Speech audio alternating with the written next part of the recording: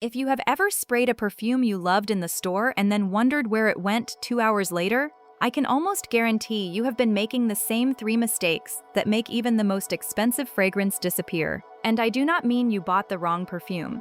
I mean nobody ever explained to you how scent actually works on skin, which is a completely different thing than which bottle you pick up. Because the women who always seem to smell incredible, the ones where you catch something warm and layered and completely them as they walk past and you cannot even identify what it is, you just know you want to stay near it. They are not necessarily wearing better perfume than you. They are doing something fundamentally different with whatever they are wearing. And once I break down exactly what that is, you are going to look at your entire fragrance collection differently. Not because you need to replace it, because you are finally going to understand how to actually use it. Here is what most of us do with fragrance. We buy a perfume we love in the store, we spray it on our wrists and neck before we leave the house, and then we wonder why it seems to disappear within 2 hours, and why nobody ever comments on it the way we hoped they would. And we assume the answer is that we need a stronger perfume, or a more expensive one, or a different one entirely, so we keep buying. And the scent keeps disappearing. Because the actual problem was never the perfume, it was the approach. Fragrance does not work the way we think it works. It is not just about what you spray, it is about the surface you spray it on, the layers you create underneath it, and the way heat and moisture and movement interact with scent molecules throughout your entire day. Get those things right, and almost any fragrance can smell expensive. Get them wrong, and even the most objectively beautiful perfume disappears into nothing within an hour and leaves you wondering what you are doing differently from the people who always seem to smell incredible. And here is the part nobody tells you in the store. The skin you test perfume on has been sitting in air-conditioned retail space, relatively dry, with no competing products on it. The ambient temperature is controlled in a way that affects how scent molecules diffuse. The perfume is performing under ideal, unrepresentative conditions. What happens when you take it home and spray it on skin that is already dry from heated air, or warm because you are late and rushing? That is a completely different performance. The perfume did not change, the conditions did, and nobody taught you how to control the conditions. The first thing that nobody explains is that dry skin eats fragrance, literally consumes it. Scent molecules need something to cling to, and dry skin provides almost no surface for them. So when you spray your perfume on unprepped skin, you are essentially spraying it into nothing, and the evaporation happens almost immediately, instead of slowly throughout the day, the way it is supposed to. The fix is a scented or unscented body lotion applied to slightly damp skin right after your shower, before you are fully dry. The moisture in your skin at that moment helps the lotion bind to it, and the lotion then creates a surface that fragrance can actually hold on to. If you want to take this further, use a lotion in the same fragrance family as your perfume, or the exact same scent if your perfume brand makes one. The layering of similar scents creates a depth and warmth that a single application of perfume on bare skin can never produce on its own. The second thing is about where you apply your perfume, and this one is slightly more complicated than the standard pulse points advice you have heard 1,000 times. Because pulse points are correct, but they are only half of the answer. Your wrists, your neck, the inside of your elbows, yes, all of those.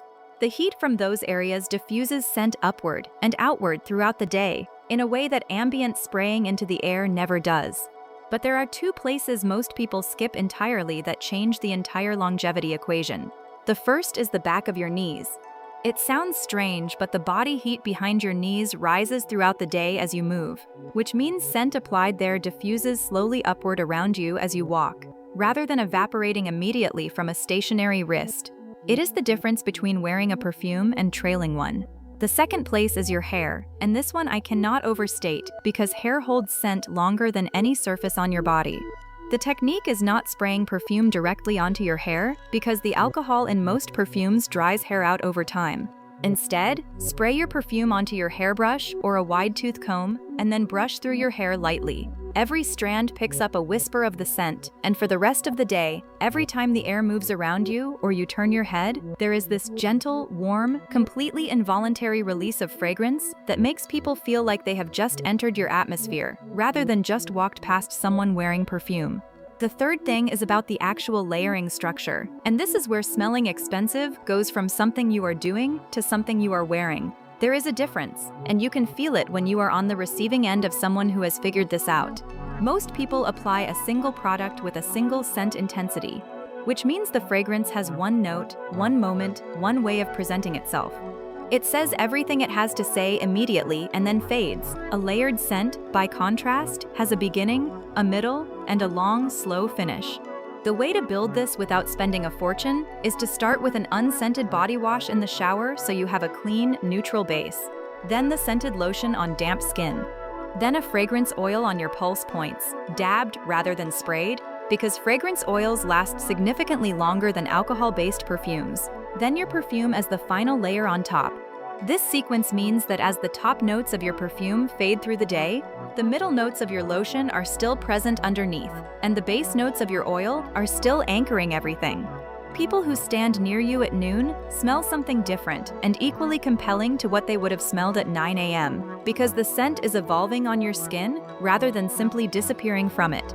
The fourth thing is about something that I think is genuinely underestimated in any conversation about smelling expensive, which is restraint. And I want to say this carefully because it goes against everything the fragrance industry implicitly tells you to do.